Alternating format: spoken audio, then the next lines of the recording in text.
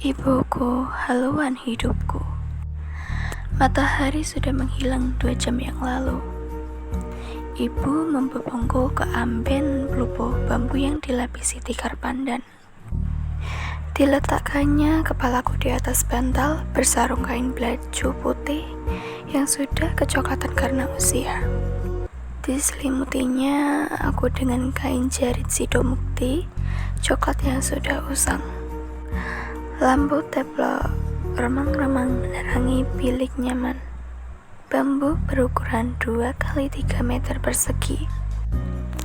Ayo bobok sayang, besok bangun pagi-pagi, sholat subuh lalu bantu ibu masak atau bantu ayah menangkap ikan. Mataku masih membelalak ke sana kemari.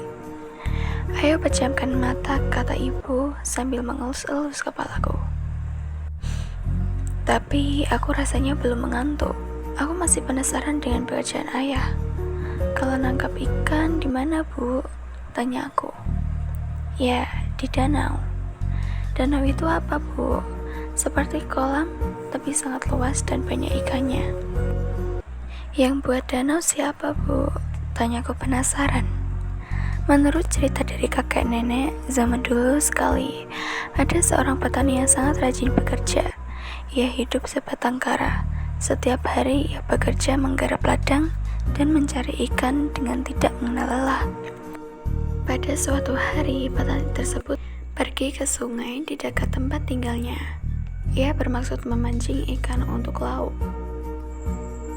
Setelah sekian lama menunggu, akhirnya petani itu berhasil mendapat ikan. Namun, saat memandangi ikan hasil tangkapannya, petani itu sangat terkejut. Ternyata ikan yang ditangkapnya itu bisa berbicara. Tolong aku jangan dimakan, Pak, biarkan aku hidup, teriak ikan itu. Tanpa berpikir panjang, petani tersebut mengembalikan ikan itu ke sungai lagi. Betapa terkejutnya si petani saat melihat ikan tersebut menjadi seorang wanita cantik. Setelah kejadian tersebut, mereka berdua menjadi sepasang kekasih dan sudah menikah, yang memiliki anak bernama Samosir. Sebelum terjadinya pernikahan tersebut, mereka berdua sudah membuat perjanjian bila mana si wanita akan mau menjadi istri si petani tersebut, tetapi memiliki satu syarat, yaitu jangan pernah membicarakan asal-usul wanita tersebut.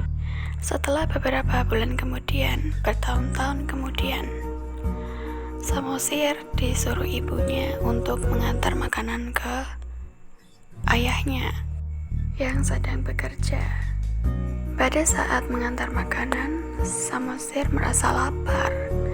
Dia akhirnya memakan makanan yang harusnya diantar dan dikasihkan ke ayahnya tersebut. Setelah ayah Samosir merasa lapar dan lelah, ia mencari makanannya. Ia bertanya kepada Samosir di mana makanannya tersebut. Samosir menjawab bahwa makanannya sudah dimakan olehnya. Pada saat itu, ayahnya langsung marah dan mengatai si anak tersebut kalau dia adalah anak ikan. Lalu Samosir menangis dan dia berlari ke rumah. Dia bercerita kepada ibunya tentang semua yang terjadi saat ayahnya mengatakan ia adalah anak ikan.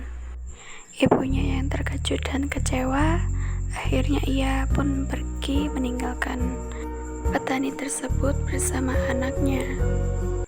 Seperti yang pernah ia katakan, bila mana petani tersebut melanggar janji, maka akan terjadi suatu peristiwa yang sangat dahsyat. Dan pada saat itulah terjadi ketika anak dan ibunya itu menghilang.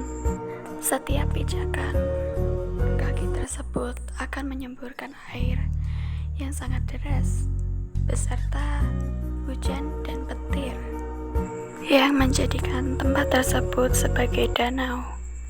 Danau tersebut akhirnya sekarang dikenal sebagai Danau Toba. Aku diam mendengarkan cerita ibu sambil sesekali bertanya. Ibu dengan sabar dan lancar menjawabnya. Setelah cerita berakhir, ibu menyambung lagi. Tapi di zaman modern ini, setelah banyak orang bersekolah tinggi-tinggi, muncul analisis baru secara ilmiah tempat terjadinya Danau Toba. Mungkin seperti asal-usul atau cerita dari zaman dahulu tersebut. Banyak orang yang berpendapat berbeda-beda. Mendapat dua versi cerita tersebut, aku jadi penasaran. Yang betul yang mana, Bu? Dengan antusias sambil tersenyum, ibu menjawab, semua betul sesuai zamannya. Aku bingung dengan jawaban ibu dan ingin bertanya lagi, tapi ibu segera menyambung. Ibu sudah ngantuk sayang, ayo tidur, besok ibu cerita lagi. Aku pejamkan mata tapi susah tidur. Ada pertanyaan yang menggelayut di pikiranku, tapi kulihat ibu sudah tidur. Aku pejamkan mataku lagi dan tahu-tahu ayam berkokok. Cahaya matahari menyemburat keemasan, pertanda pagi telah datang lagi.